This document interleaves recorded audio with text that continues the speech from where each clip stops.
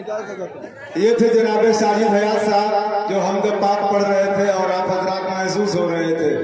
माशाल्लाह बड़े प्यारे अंदाज में, बड़े उम्दा लबो लहजे में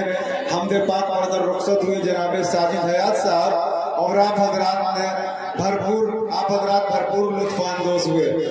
फिर मैं ये गुजारिश कर रहा हूँ कि जो लोग इधर आगे खड़े हैं वो अभी दरी पे जगह खाली है, वहाँ पर आप हजरात बैठ जाएं ताकि बाद में आने वालों को किसी दिक्कत का सामना न करना पड़े। हजरात आज के इस प्रोग्राम की सदारत फरमा रहे हैं उस्ताद मोहतरम आली मर्तबत नसीम अहमद नसीम साहब और आज के इस मुशायरे की सरपरस्ती फरमा रहे हैं उस्ताद मोहतरम रहमतुल्लाह अचानक साहब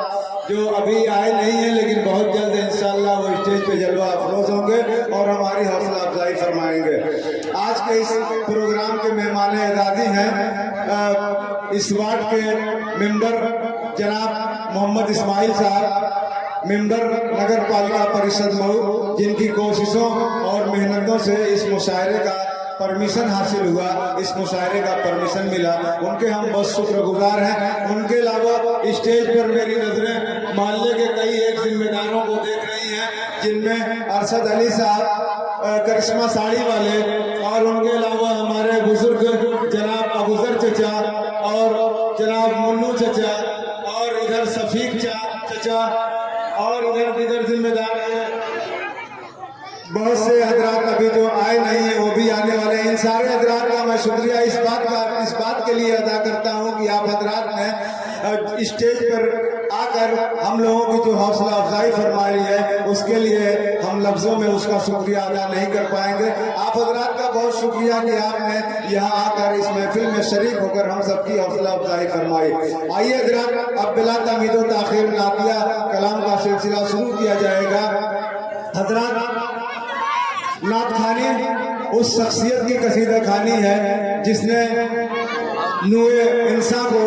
एक अल्लाह की पहचान कराई। हजरात इस्लाम के शुरू होने से पहले अरब और उसके आसपास के मुल्कों में बुरी आदतें फैली हुई थी। लोग एक खुदा के बजाय सैकड़ों खुदा की पूजा करते थे, हजारों बुत पूजे जाते थे और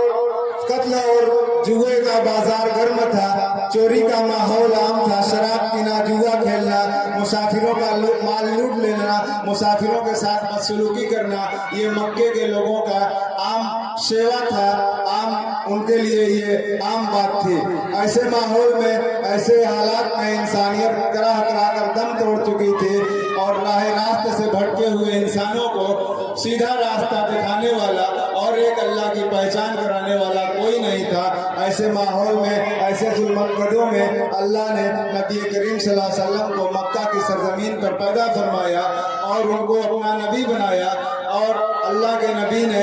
मक्का के लोगों को एक खुदा की परस्ती सिखाई और बुतों की इबादत से रोका, अच्छे कामों का हुक्म दिया और बुरे कामों से रोका, जिसकी बदौलत अरब के लोग थोड़े दिनों में निहायत अच्छी कौम बन गए। आप सल्लल्लाहु अलैहि वसल्लम ने अरब के लोगों से फरमाया कि अगर तुम्हारा पड़ोसी भूखा हो तो तुम्हारे मुंह में जाने वाला एक लुकमा भी हराम है। आप सल्लल्लाहु अलैहि वसल्लम ने यहाँ तक फरमाया कि अगर तुम्हारा पड़ोसी तुम्हारी दीवार में जानवर बांधने के लिए खूंटी गाड़ना चाहे तो तुम उसको इजाजत दे दो। आपने दुनिया से गोरे काले का झगड़ा मिटाया और